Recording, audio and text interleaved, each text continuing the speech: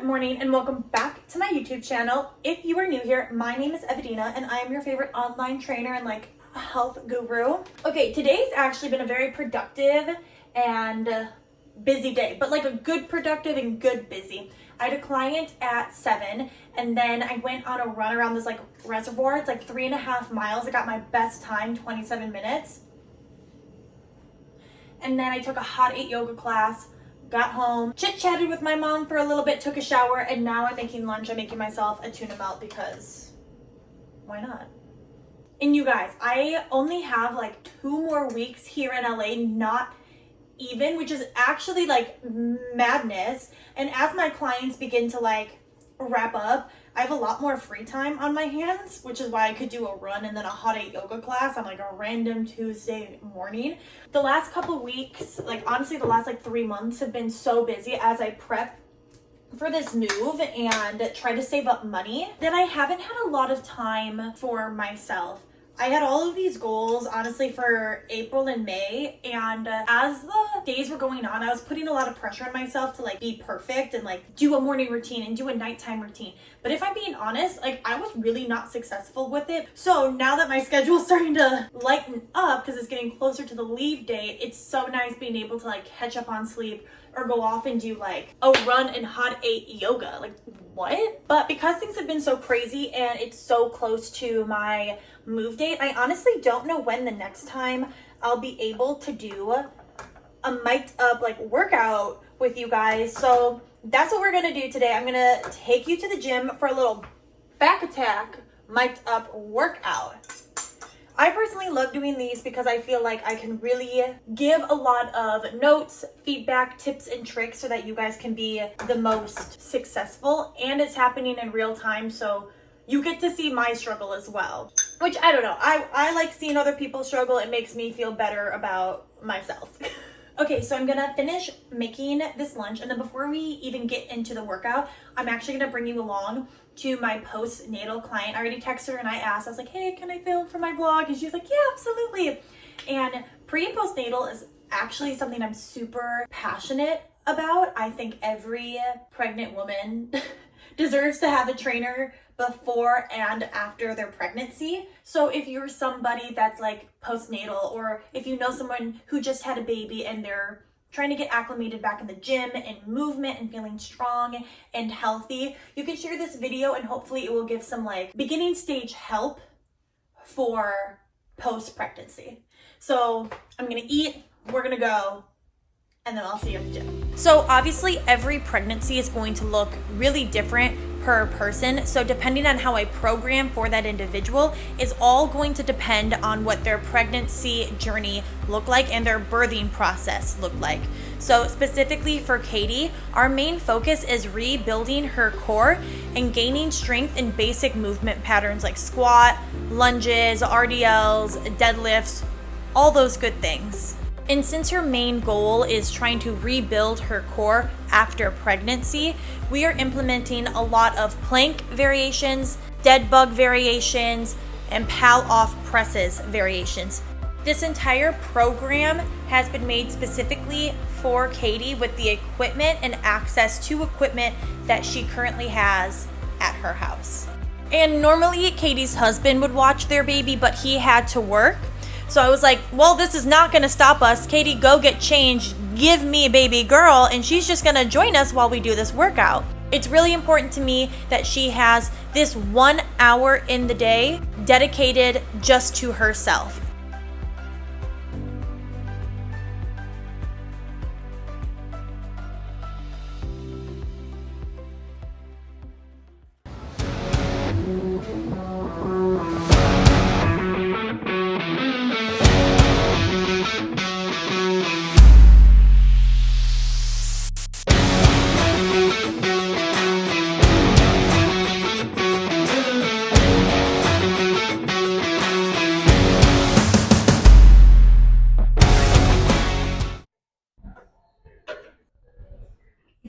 Okay, we are here at the gym. We're going to try and be a little bit quieter only because there is a session going on behind me and oh, we don't want to disturb someone who's training. This is a shared space, so we're going to be respectful. Okay, so homegirl is still on her road to eventually being able to do pull-ups without any band or any kind of assistance.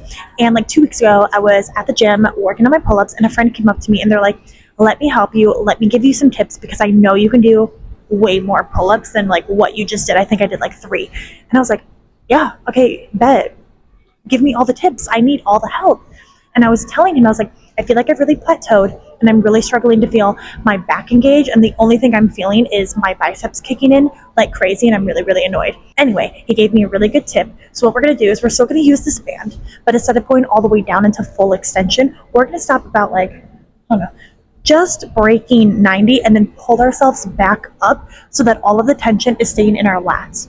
When you're doing pull-ups, you are training your lats. You're training your back. And after this tip, my back was sore for like 3 days. I saw him the next day. He's like, how are you doing? I was like, oh, I'm doing great. No, I was dying. We're going to hit this and we're going to try and keep a higher rep range. Honestly, anywhere from like 10 to 15. So let's get into it. Oh, this might be too much assistance. Okay. 1, 2, 9, 10, 14, 15. I'm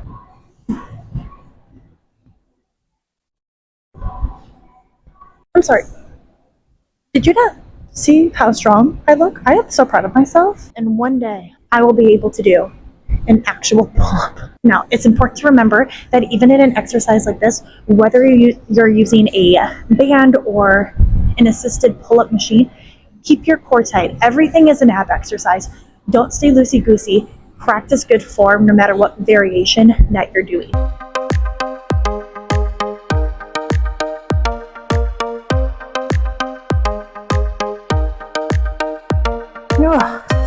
Pull-ups are hard. They are not an easy exercise, especially when I'm dragging this wagon all the way up there. Are you kidding me?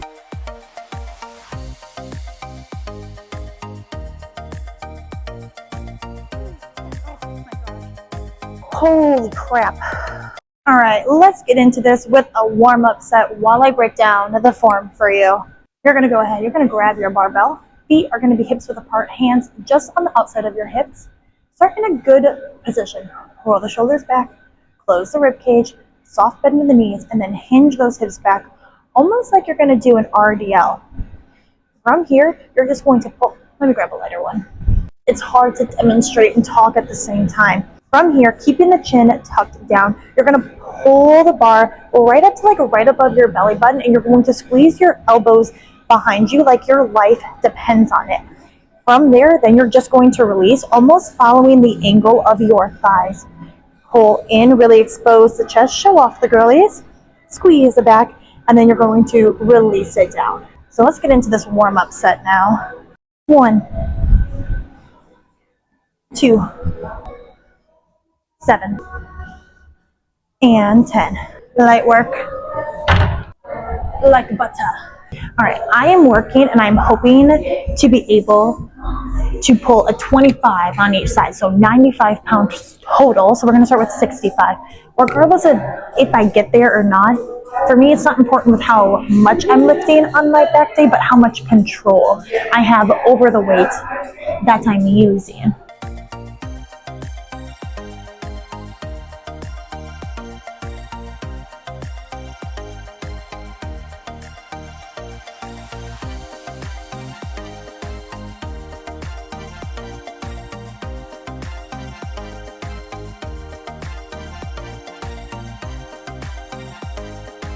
All right, before we get into the second set, 2 things to remember. 1, everything is a core exercise. Everything is an ab exercise. So keep it tight, especially in this movement where you will feel it in your low back and you will have pain.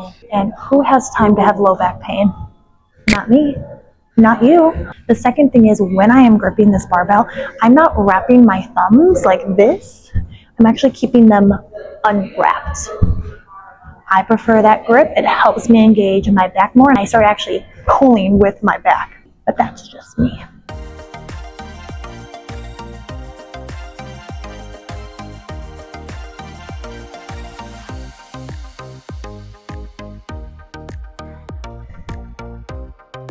I'm gonna do one more set, but I'm gonna film it for like a TikTok or a reel, and then we'll move on.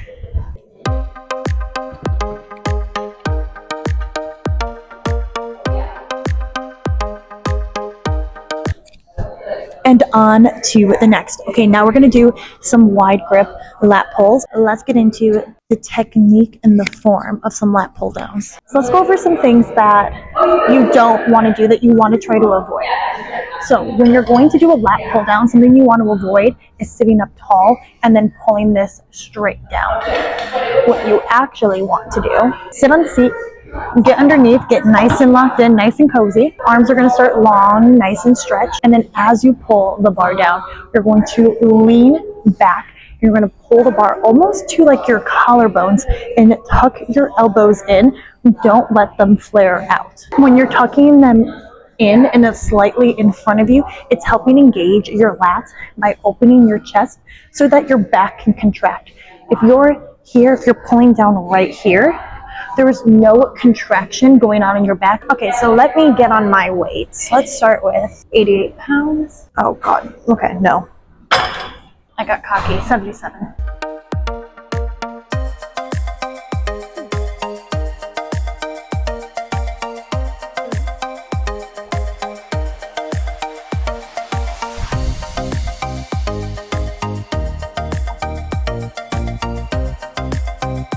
All right, so some important things to note for the lat pull.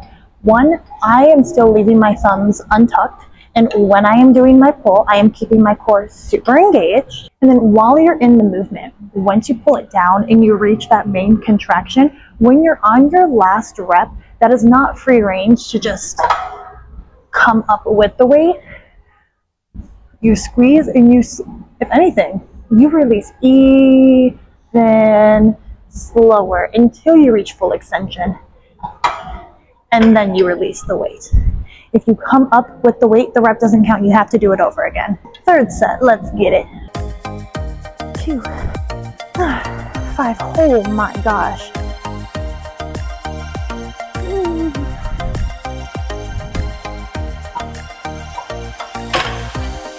That was so heavy. All right, we're almost done. We only got 2 more exercises left. Now you're going to do a seated cable row.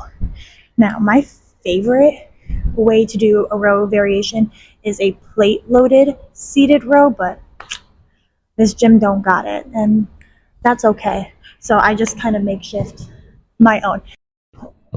Oh, I need to scoot forward. All right, so when you're here, you're sitting up nice and tall.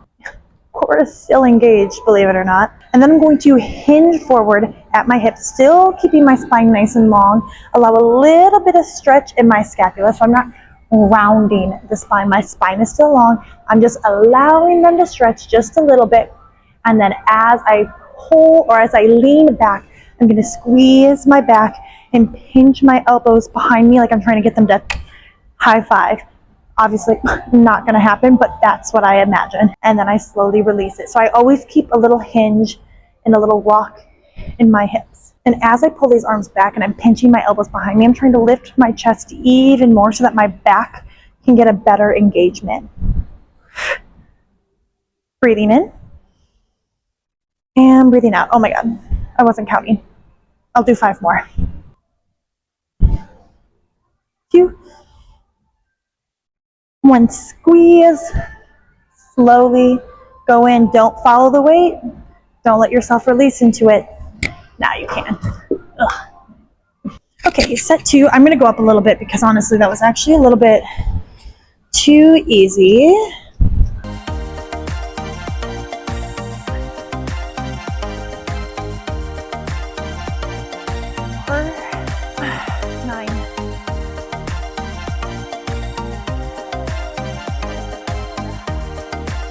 Same rules apply. When you are pulling back, you are lifting the chest so that everything here can stretch so that your back can contract. If you're rowing hunched over like this, first of all, you look disgusting. Sorry to say it, but you look disgusting. Secondly, there's no engagement going on in the back because there's nothing contracting, so you need to open up those shoulders, open up the chest so that that back can actually work. 1, 5, 10.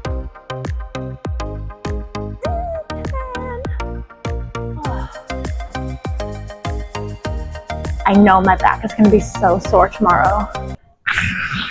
It's our last exercise. We're doing a little curls for the girls. All right, let's see. Okay, so these are in kilograms, so they're roughly 9.5 pounds. I like to go lighter with this exercise because it's super, super isolated. So we're gonna do 10 spider curls into 10 hammer curls. All right, so here's what's gonna happen. You're gonna lean back and you're gonna let your arms fall wherever they fall, straight out from your shoulders. Keep the core tight. From there, your elbows do not move. You're gonna isolate just from that joint, flexion and extension. Fingernails are facing away from you, all the way up, and then all the way back down. We're doing 10, getting full range of motion, core is still nice and tight. That's 3. And 10, sitting straight up. I like to lean a little bit forward and stagger my legs, only because my thighs will get in the way. Fingernails face each other. I like to hinge forward just a hair, but still keep my spine nice and long. Isolating again from the elbow joint, flexion and extension, all the way up, all the way down. We're doing 10, and you're squeezing that bicep at the top too. 3, 10. We have 2 more sets of the exact same thing. All right, some things to avoid while you're doing this exercise is cutting off that range of motion. So only going down halfway and then coming right back up. Absolutely not. Do not do that. Get the full range, full stretch, and then that full contraction. Another thing I'll see is this. And they're swinging and they're using momentum. And then they're like, oh my God, this is so easy. And I'm like, well, yeah, when you're swinging weight around, everything is going to be much easier. Controlling the weight is much, much harder.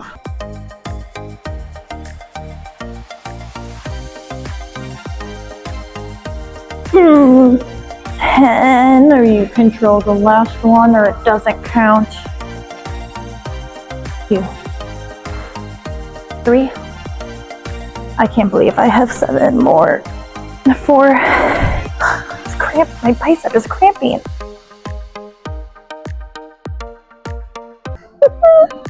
1, 2, 3, 2, 3.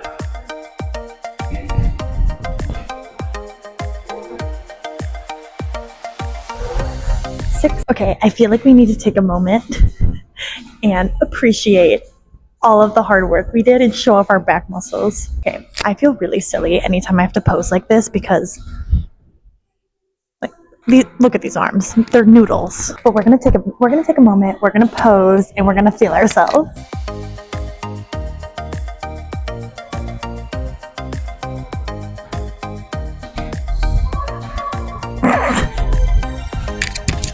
I don't even know what I'm doing at this point.